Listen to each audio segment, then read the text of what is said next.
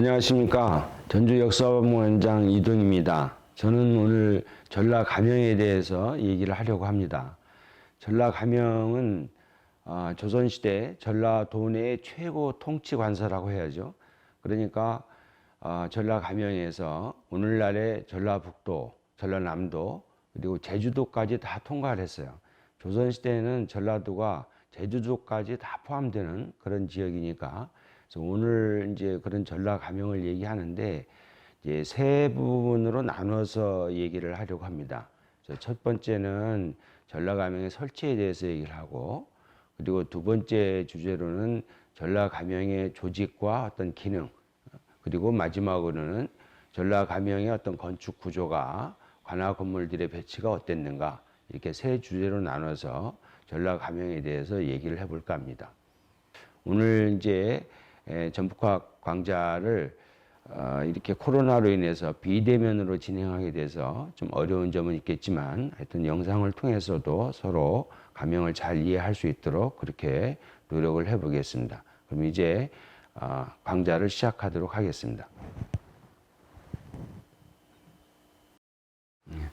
그러면 전라가명에 대한 첫 번째 이야기로 어떤 전라가명의 설치 부분을 말씀을 드리겠습니다. 지금 이 그림은 그 전라가명을 복원한 그런 그 그림이죠. 그러니까 왼쪽에 큰 건물로 나오는 곳이 선화당입니다. 전라감사의 지무처인 이 선화당을 비롯해서 그 오른쪽에 이제 좀 작게 나오는 그림은 그 누각 형태로 보이는 것은 관풍각이고, 어떻게 보면 이따가도 말씀을 드리겠지만은 이 선화당이 이제 전라감사의 지무처이고, 그리고 관풍각도 실제로는 제2의 정청의 기능을 했던 그런 건물이라고 할 수 있죠. 이 두 개의 건물을 중심으로 해서 저 뒤쪽에 이제 연신당, 뭐 내야, 그리고 앞에 또 내삼문, 이런 건물들을 이번에 복원을 했죠. 그러니까 전라가명 전체 영역에서 전라감사의 영역을 이번에 복원을 한 겁니다. 그래서 그제 이제 준공식을 했고, 그리고 오늘 이렇게 전북학 연구센터에서 마련한 강좌도 우리 도민들이 이제 전라가명에 대한 어떤 이해를 좀 같이 했으면 좋겠다 하는 차원에서 마련을 한 것 같습니다. 이제 첫 번째 얘기는 두 개의 그 목차로 이렇게 전개되는데, 하나는 설치와 행영제, 그리고 두 번째 이제 목차는 유형제로의 어떤 개편 문제, 이런 것을 얘기하게 되는데, 이제 여기서 행영제하고 유형제는 좀 미리 좀 알고 들어가는 게 좋을 것 같아요. 뭐냐면 행영제라는 것은 전라감사가 9년을 순력하면서 도정을 처결하는 거예요. 이것을 이제 행영이라고 합니다. 순영이라고도 하고.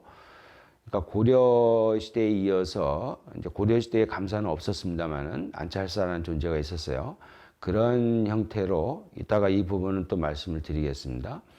그런 형태로 이제 순력하면서 도정을 처결하다가 임진왜란 이후에 넘어가서 오늘날 우리가 아는 것과 같은 형태의 그런 가명제가 운영이 됩니다. 그것을 뭐라 하냐면 유형제라고 그래요. 유형이라고 하는 것은 감사가 가명에 머물면서 도정을 체결했다. 그래서 머물 유자를 써서 유형, 이렇게 되는 거죠.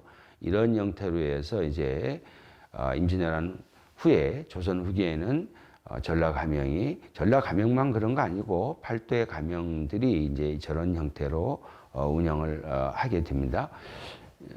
물론 이제 저 북쪽의 동북면 쪽 양계 지역, 한경도, 평안도는 일찍부터 유형제를 실시했었고, 그 밑에 이남의 육도들에 있어서는 이제 임진왜란 후에 이런 유형제로 나가게 되는데, 전라도도 마찬가지죠. 요 얘기들을 이렇게 둘로 나눠서 할까 합니다. 첫 번째, 이제 전라가명의 설치 부분입니다. 어떻게 설치했고 어떻게 운영을 했는가, 이 부분인데, 이제 가명이라는 것은 일도를 통괄하는 도내 최고 관서잖아요. 근데 이제 전라가명은 그러니까 이제 전라도 일도를 앞에서 말씀드린 것처럼 제주도까지 여기서 다스렸단 말이죠. 그러니까 조선시대에 있어서는 전주가 전라도의 수부가 되는 거예요. 으뜸 도시가 되는 거죠. 그래서 전주를 뭐라 하냐면 이제 호남 제일성이다 이렇게 얘기를 하죠. 이것은 그 그림에 보이는 것이 옛날 그 풍남문 사진이에요. 풍남문 사진인데 이 사진에 이렇게 지금 요 편액에 호남 제일성이라고 걸려 있죠. 근데 이 앞에 부분은 이 풍남문 편액이 참 재밌어요. 그 앞쪽에서 바라보면 뭐라고 되어 있냐면 풍남문이라고 되어 있습니다. 여기 지금 그림에는 안 나오고 있지만 풍남문이라는 것은 무슨 뜻이냐면 여기가 조선 왕조의 발상지잖아요. 그래서 전주를 풍패라고 그래요. 그 풍패에서 한 글자를 따서 풍남문이라고 했고, 그리고 서문은 이제 풍패에서 패자를 따서 패서문이라고, 지금은 없어졌지만, 그러니까 앞에다가 지금 풍남문이라고 딱 건 거죠. 모든 성의 정문은 남문이에요. 전주성의 정문은 풍남문이고, 근데 그 정문인 남문 제일 앞에 앞쪽 편액에 이제 풍남문이라고 그래서 여기가 조선왕조의 발상지다는 것을 이제 전주로 들어오는 사람들에게 보여주는 거고, 그리고 이제 이 지금 얘기하는 호남제일성은 안쪽에 걸려 있습니다. 이 성 안쪽으로 걸려 있는데 이걸 걸어서 우리가 호남의 전라도의 으뜸도시다라는 어떤 이제 자긍심을 넣어주는 그런 이제 역할을 하는 거 참 재미있는 구조죠. 이렇게 그 풍남문을 이렇게 살펴보면 그런 면들이 있습니다. 하나 더 얘기할 것은 전라 가명은 좀 특별한 것이 이제 조선 시대의 어떤 주축이 되는 것이 하삼도지 않습니까? 경상도, 충청도, 전라도. 그리고 또 그 중에서도 두 개도를 꼽는다면, 양도를 꼽는다 한다면 경상도, 전라도 이렇게 꼽을 수 있는데, 경상가명과 충청가명은 임진왜란 이후에 옮겼어요. 타 지역으로. 그러니까 경상가명의 경우에는 그러니까 상주에 있다가 임진왜란 후에 이제 대구로, 오늘 여러분들이 아는 오늘 아는 대구로 이렇게 옮겨가게 돼서 이제 비학적 발전을 하는 토대가 되는 거고, 충청가명도 지금 여러분들이 이제 공주로 많이 알지만, 그러나 임진왜란 전에는 공주가 아니고 충주에 있었어요. 이렇게 옮겼단 말이죠. 이렇게. 그런데 전라가명은 조선 건국 직후부터 조선 말까지 내내 전주에 500년간 자리하고 있었어요. 그러니까 그 역사성이 더 깊고 두텁죠. 이러한 어떤 특징을 가지고 있습니다. 이제 그 가명제가 마련되는 것은 고려 말에서부터 비롯됐다고 볼 수 있습니다. 좀 명확하게 이렇게 얘기할 수는 없어도 왜 그러냐면 왜 고려 말로 이렇게 볼 수 있냐면 고려 말에 가서 도 관찰 출적사 제도가 생깁니다. 그러니까 여기에 보면 도 관찰 출적사 제도가 1388년에 생기게 되는데 이게 무슨 얘기냐면 고려 시대에도 도라는 게 있었죠. 그러니까 우리 역사상에서 보면 도가 나타나는 것은 고려 시대라고 보는 것이 적절할 겁니다. 그게 여러분이 아는 오도 양계 체제인데 그 오도에 이제 전라도니 충청도니 경상도니 하는 것들이 들어있는 거죠. 근데 이제 하나 더 얘기를 하고 지나가면 이 오도 중에서 가장 빨리 도가 된 것이 전라도라는 거죠. 그래서 고려 현종 9년에 1018년에 도가 가장 먼저 만들어졌고, 그래서 지난 이제니까 2018년에 전라도 정도 천년 해서 우리가 기념식도 하고 그러지 않았습니까? 이렇게 이제 도는 있었어요. 고려시대에 있었는데 지금처럼 이렇게 도지사가 일도를 통과하는 이런 체제가 아니었어요. 그게 아니고 도라는 영역은 있었지만 한 사람이 해서 통과를 되는 그런 체제가 아니고 여기 보면은 내가 써놨는데 오륙품의 그 안찰사가 제일 윗줄에 있죠. 오륙품의 안찰사가 그러니까 하유직이죠. 안찰사가 그냥 일도를 돌아다니면서 규찰하는 정도, 이런 정도였었단 말이죠. 그러다가 고려 말에 이제 1388년에 이제 대신급이 이품 이상의 대신급들이 이제 안찰사란 이름이 아닌 도관찰 출적사란 이름으로 이제 도에 부임을 하게 되는 거죠. 그러니까 결국은 1388년에 드디어 이제 일도를 통제하는 그러한 지방장관제가 만들어졌다고 볼 수 있고, 가명제는 그래서 여기서부터 시작이 됐다라고 할 수 있습니다. 시간이 한정돼서 자세하게 말씀 못 드리겠지만 이러한 개편을 주도한 어떤 그 도관찰 출적사 제도를 신설한 이 이제 주도 세력이 사실은 위화도 회군 세력이에요. 이성계 세력이 회군을 하고 주도권을 장악하면서 이런 제도 개편을 지방제를 개편을 하는 거죠. 여기에는 사실 조선으로의 어떤 창업과 이렇게 연결되는 그런 어떤 성격을 담고 있죠. 이것은 나중에 기회가 되면 또 말씀을 드리도록 하겠습니다. 그런 내용들이 돼 있고 하나 더 말씀을 드리면 이 전라감은 또 특이한 것이 고려 시대에 그 감사는 없었어도 안찰사가 있었고 안찰사가 순력을 하다가 이제 전주에 머무는 기간이 있죠. 그때 이제 쓰는 안찰사 영이라는 것이 있었어요. 전라도만 있었던 게 아니고 전라도 안찰사 영이라는 게 있었는데 그것이 어디에 있었냐면 전주에 있었죠. 고려 시대의 전라도의 대표 도시하면 전주하고 나주를 꼽을 수 있는데 전라도 안찰사 영이 나주가 아니라 전주에 있었어요. 그것이 전라감영으로 고려 말에 전라감영으로 발전을 하는 거죠. 그러니까 어떻게 보면은 전라도 안찰사 영이 전라감영으로 발전했다. 이렇게 얘기를 또 할 수 있겠죠.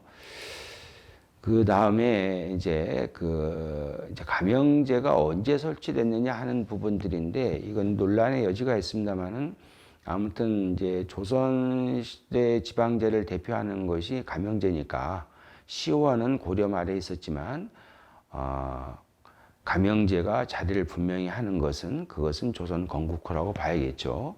그런 정도 얘기를 하고 그리고 여기서 우리가 이제 우리 지역과 관련해서 좀 살펴야 할 것이 왜 전라감영이 전주에 설치됐는가 이런 부분들을 좀 봐야 할 텐데 이제 전라도를 대표하는 도시가 전주, 나주니까 둘 중에 하나에 설치돼야 하는데 왜 나주가 아니고 전주에 설치되는가 하는 것은 우선 하나는 이게 좀 전주가 한양에서 가깝다는 거예요.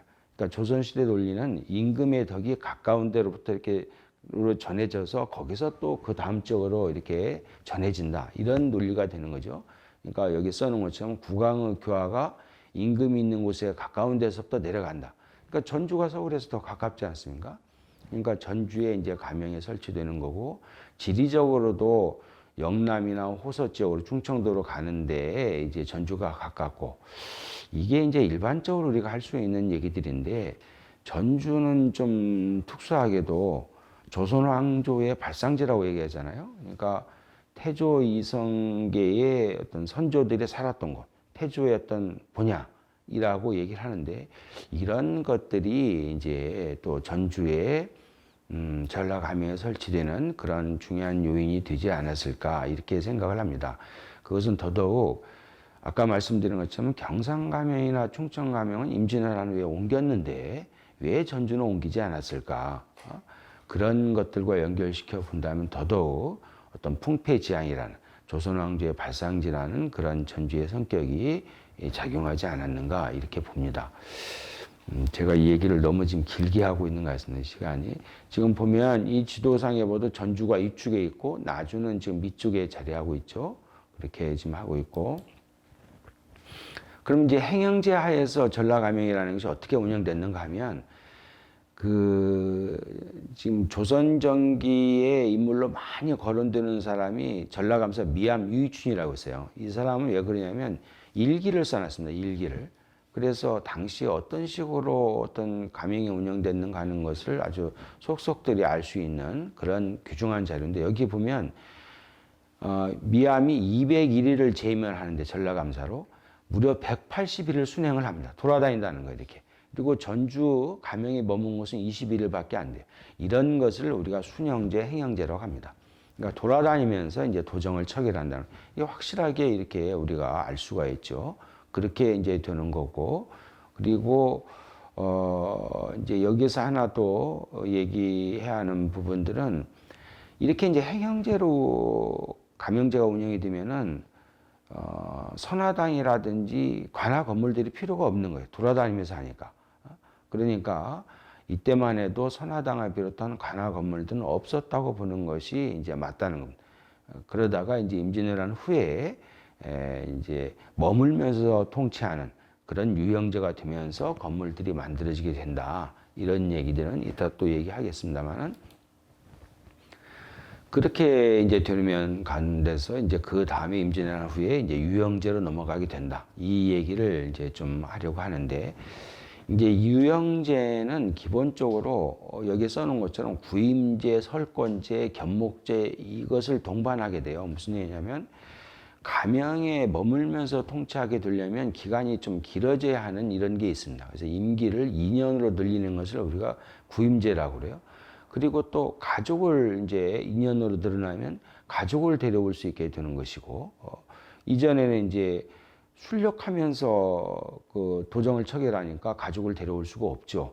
이런 부분들이 있는 거고, 그리고 유형을 하게 되면 전주에 감사도 있고 전주 부윤도 있고 이런 구조가 되니까 이것을 이제 견목제로 이렇게 바꿔서 감사가 전주 부윤을 겸하는 체제로 가는 거예요. 그렇게 되니까 이제 감사일이 많아지지 않습니까?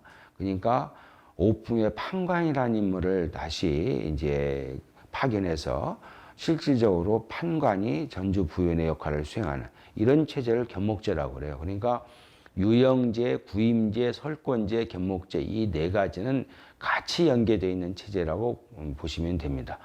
이런 체제가 이제 조선 초부터 계속 얘기는 됐는데 이게 안 되는 게 여러 이유가 있지만은 뭐 재정적 부담도 있고 이렇게 유형을 하려면 이게 경비가 많이 들어가니까 그런 것도 있고, 또 하나는 감사가 너무 좀 힘이 커지는 이런 부담도 세력화하는 이런 어떤 부담도 중앙정부로서는 가지기 때문에 안 되다가, 그러다가 이제 우리가 잘 아는 율곡이이가 선조 때 강력하게 이런 견목 구임제를 주장하고, 또 임진왜란 때 이제 비상 상황이지 않습니까? 이게 그런 상황들을 이제 맞이하면서 유형제로 옮겨가게 되는 거죠.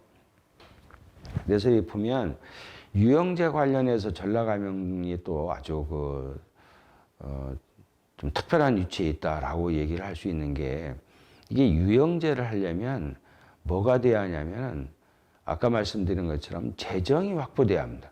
그러니까 가족도 데려와야 되고, 이제 전주에 머물면서 통치하려면 뭐 관서도 늘어나고 인원도 늘어나고 여러 이제 이전과는 다른, 이전에 이제 순영제에서는 그 경비를 그 순력할 때 그 지방의 군현에서 부담을 해요. 근데 이게 유형이 되면 이제 그게 안 되는 거죠. 그러니까 가장 조선시대의 재정이 좀 좋은 상태랄까, 재정적으로 여력이 있는 데가 당연히 어디겠습니까? 그건 전라도죠.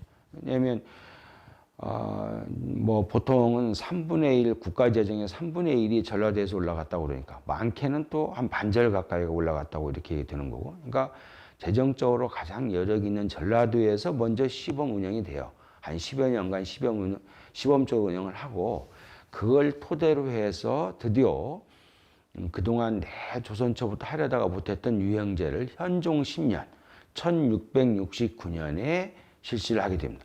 아까 말씀드린 것처럼 저 북쪽은 이제 군사 문제 때문에 일찍부터 유형제를 했어요. 조선 건국 후부터 그 한경도, 평안도는. 근데 그 밑에 지역은 안 하고 있었단 말이에요. 그 순영제를 하고 있었는데 이것을 이제 현종 10년에 유형제를 마련해서 임기가 2년으로 늘어나고, 그 다음에 가족을, 설권제는 가족을 데려오게 되고, 그리고 이제 감사가 전주 같으면은 전주 부윤을 겸하는 이런 체제들이 이제 시행이 되게 된다. 그러면서 이제 우리가 아는 것 같은 그런 가명제가 만들어지게 되는 겁니다. 이렇게. 그래서 전라가명은 유형제가 어떻게 보면은 처음 시행된 그런 가명이고, 그런 유형제로 개편해 나가는 데 있어서 상당히 주도적인 위치에 있었다. 이것이 유형제에 관련한 어떤 전라가명의 어떤 특징이고 위상이다. 이런 얘기를 할 수 있겠습니다. 이거 한번 보십시오. 이 그림 보면 이제 전라감사 임용장이에요. 이사명이라는 사람을 전라감사에 임용하는 건데, 이 뒤에 보면 전라도 관찰사 겸 전주 부윤이라고 되어 있잖아요. 이게 견목제예요. 관찰사 하면서 전주 부윤도 겸한다. 이런 것이 이제 견목제의 시행을 또 알려주는 것이고, 이렇게 이제 되어 가면서, 그러면서 이제 큰 또 하나의 변화는 다음에 또 말씀을 드리겠습니다만은 감영의 관할 시설들이 이제 만들어져 가고 확대되어 가는 거죠. 그러니까 지금 여러분들이 보는 조선시대의 감영 관할 건물들의 모습은 유영제 하에 어떤 감영의 모습이라고 보면 돼요. 우리 지역에 대표적으로 병풍형 지도, 대형 병풍 지도들이 있잖아요. 이따 보시겠지만은 완산부 지도라든지 또 전주부 지도라든지 여기에 나타난 감영은 다 유영제 하의 감영들이라고 보시면 돼요. 그러니까 중요하게는 지금 제일 전라감영에서 중요한 건물이 선화당 아니겠습니까? 격이 가장 높고 전라감영의 중심이 되는 거죠. 그러니까 전라감사의 진무처니까. 근데 전주 부성 안에서 사실 이제 전주 객사가 가장 격이 높고 그건 왕을 상징하는 건물이니까 그 다음에 격이 높은 건물이 이제 선화당일 겁니다. 그런데 이 선화당 자체도 전라감영도 조선 전개는 임진왜란 전에는 적어도 선조대 전에는 없었던 것 같다. 이게 순영제로 돌아가면서. 근데 이게 지금 행영제로 이렇게 바뀌어가면서 행영제에서 이제 유영제로 시간이 다 되어가니까 지금 급합니다. 순영제에서 유영제로 되어가면서 이제는 감사가 전주에 머물면서 감영에 머물면서 통치를 해야 하니까 선화당이 만들어지기 시작한다는 것을 기록을 통해서도 자세하게는 좀 말씀을 못 드리겠지만은 대략 이렇게 선화당이 선조대 무렵에 전라감영도 처음 만들어진다는 것을 이렇게 우리가 좀 볼 수가 있습니다. 이 다음 장은 지금 감영의 어떤 배치의 모습인데 이것은 세 번째 주제에서 이 얘기를 할 수 있을 겁니다. 그때 얘기를 좀 하도록 하고, 그리고 이 부분도 내내야 이제 어떤 관할 건물들이 어떻게 만들어진다는 얘기들인데 요것도 세 번째 관할 건물 배치해서 얘기를 하도록 하겠습니다. 첫 번째 주제를 이렇게 하나 더 얘기하겠습니다. 이건 간단하게 얘기하면 이제 1895년에 전라감영이 이제 폐지가 되면서 뭐냐면 팔도제가 혁파되고 23부제로 넘어가요. 그러면서 전라도에는 여기 보시는 것처럼 전주부, 남원부, 나주부, 제주부 4개 부로 분리가 되거든요. 그러니까 이때는 전주부 관찰사, 남원부 관찰사, 나주부 관찰사. 이 하나가 이제 보통 때 같으면 광주에 하는데 광주가 빠지고 제주부 관찰사. 이렇게 이제 바뀌고 이게 우리 정세에 안 맞으니까 이듬해 1896년에 드디어 이제 13도제로 바뀌게 되죠. 그래서 오늘날의 전라북도 그리고 전라남도. 그래서 관찰사도 전라북도 관찰사, 전라남도 관찰사 이렇게 파견이 되는데 이제 하나 더 얘기하고 끝내면 이때도 여전히 전라북도 관찰령, 그러니까 감영은 전주에 있었어요, 여전히. 그런데 전라남도는 좀 바뀝니다. 전라남도는 고려 이래 조선시대까지 1000년간 나주가 중심의 어떤 역할을 했었는데 이렇게 13도제가 되고 전라남도 관찰령이 쓰면서 이때 이제 전라남도의 관찰령이 나주에 쓰지 않고 광주에 쓰게 돼요. 그것이 아마 오늘날 광주가 이렇게 발전하는 토대가 되었을 거라고 생각이 듭니다. 1강은 여기서 마치고 그리고 이어서 2강에서는 전라감영의 어떤 조직 그리고 감영에서 뭘 했는지 이런 주제를 말씀드리도록 하겠습니다.